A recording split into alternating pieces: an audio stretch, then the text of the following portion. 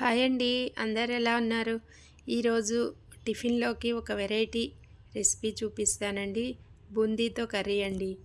బూందీతో curry ఏంటి అనుకుంటున్నారా? నిజంగా చాలా చాలా టేస్ట్‌గా ఉంటదండి. మీరు కూడా ట్రై చేసి చూడండి. నేనైతే ఒక మీడియం సైజు ఉల్లిపాయ సన్నగా తరిగి పక్కన పెట్టుకున్నానండి.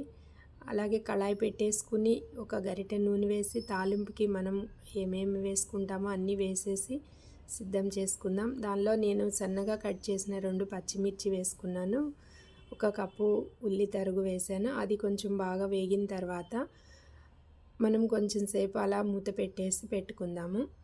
తర్వాత కొంచెం సన్నగా తరిగిన కొత్తిమీర వేసేసి లైట్గా వేగిన తర్వాత ఇప్పుడు నేనైతే ఈ క్వాంటిటీకి 2 చిన్న కప్పుల బూందీ తీసుకున్నానండి. అది ఏంటంటే మనము బూందీ వండుకున్న బయట తెచ్చుకున్న కొంచెం లాస్ట్‌లో చాలా ఉప్పగా ఉంటది కదండీ!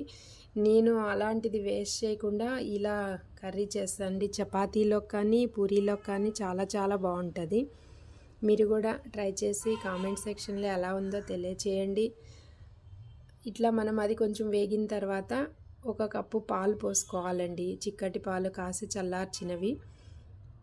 అది కొంచెం సేపు మగ్గినట్టు అయిన తర్వాత మనం ఇప్పుడు దీనిలో ఆల్రెడీ ఉప్పు కారం ఉంటుంది కదండి. పచ్చిమిర్చి వేసాం కాబట్టి మన టేస్ట్‌కి తగినట్టు మీకేం కావాలంటే ఇంకా అది కారం వేసుకోవచ్చండి.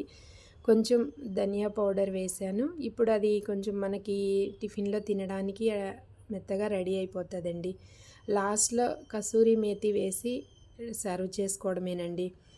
అంతే అండి. మీరు కూడా ట్రై చేయండి. ఎలా ఉందో కామెంట్ రూపంలో తెలియచేయండి. నా ఛానల్ ఫస్ట్ టైం చూస్తున్న వాళ్ళు లైక్ చేయండి, సబ్స్క్రైబ్ చేయండి. Thank you for watching.